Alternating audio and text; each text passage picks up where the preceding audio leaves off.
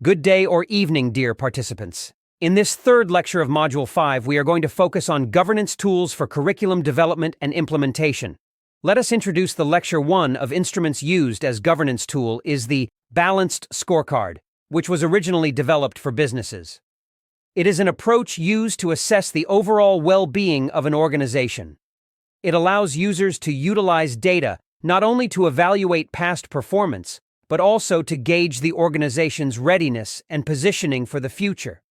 This approach can be applied to educational institutions such as schools to provide a comprehensive view of their performance and strategic direction. By using a balanced scorecard, schools can analyze various aspects of their operations, including academic achievements, financial management, stakeholder satisfaction, and readiness for future challenges. It serves as a valuable tool for school managers, administrators, and decision-makers to make informed judgments, identify areas for improvement, and develop strategies that align with the institution's long-term goals and objectives. The Balanced Scorecard enables a holistic assessment, ensuring that schools consider both historical performance and future-oriented perspectives in their planning and decision-making processes. For illustration purposes, this lecture gives two examples of governance tool that institutions of learning can use to enhance their governance processes.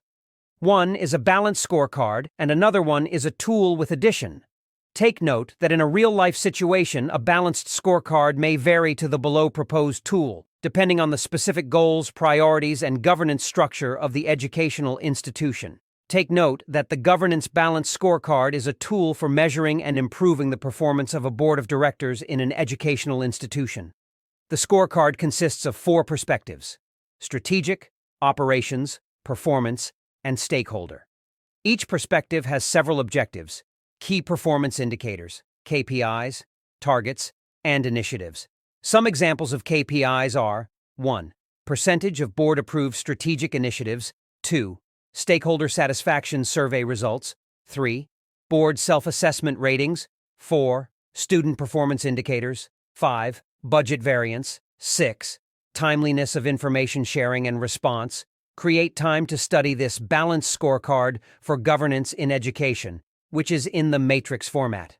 At the other hand, there is a second governance tool that examines different aspects in educational institutions that are not in the balanced scorecard tool. It covers the following aspects. 1.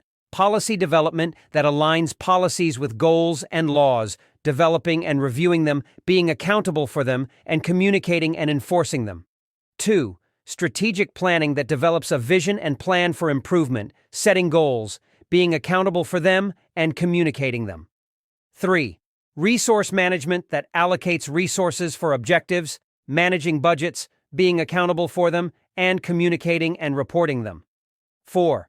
Stakeholder engagement that involves stakeholders in decisions and input, engaging them, being accountable for them, and communicating and gathering feedback from them. 5. Performance monitoring that establishes indicators for goals, measuring them, being accountable for them, and communicating and reporting them.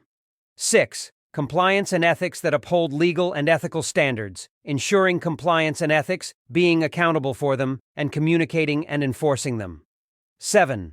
Quality assurance that establishes and maintains quality standards, developing and assessing them, being accountable for them, and communicating and implementing improvement strategies. 8. Risk management that identifies and manages risks, mitigating them, being accountable for them, and communicating and updating them. 9. Board governance that operates the board effectively and ethically, ensuring board governance, being accountable for it, and communicating board decisions and providing governance training. 10. Transparency and integrity that fosters transparency and ethics in decisions and practices, fostering transparency and integrity, being accountable for them, and communicating transparency initiatives and ethical guidelines. 11. Continuous improvement that promotes a culture of improvement and learning, promoting it, being accountable for it, and communicating and sharing improvement initiatives and best practices. Let us reflect. we introduced two governance tools for curriculum development and implementation: the Balanced Scorecard and the Governance Aspects tool. The Balanced Scorecard provides a comprehensive view of the performance and strategic direction of an educational institution, while the Governance Aspects tool addresses key questions and responsibilities for different aspects of governance in education. Now, what questions should we start asking ourselves? What comes to my immediate thinking is: 1. What are the 4 perspectives of the Balanced Scorecard for governance in education, and how can it help in your own context? 2. How can the Governance Aspects tool help in developing and reviewing policies for curriculum development and implementation? Reflect in writing on these 3 questions using the Gibbs Reflective Cycle Guide, which will be shared with you in this module. Compile your reflection in the e-journal available within the e-learning platform in use in this self-paced online course. Share your reflections with your colleagues at work and also share them on the Community of Practice platform, which will be shared with you. In conclusion, this lecture introduces 2 governance tools that can help in curriculum development and implementation: the Balanced Scorecard and the Governance Aspects tool. These tools can help educational institutions to assess their performance, align their governance with their educational mission, engage their stakeholders, ensure compliance and quality, manage risks, and foster continuous improvement. By using these tools, educational institutions can enhance their governance processes and achieve their educational goals. In addition, the Balanced Scorecard provides a comprehensive view of the performance and strategic direction of an educational institution, using 4 perspectives: strategic, operations, performance, and stakeholder. The Governance Aspects tool addresses key questions and responsibilities for different aspects of governance in education, such as policy development, strategic planning, resource management, stakeholder engagement, performance monitoring, compliance and ethics, quality assurance, risk management, board governance, transparency and integrity, and continuous improvement.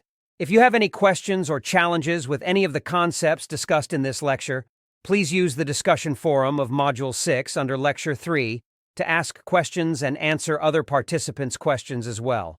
Thank you for your attention.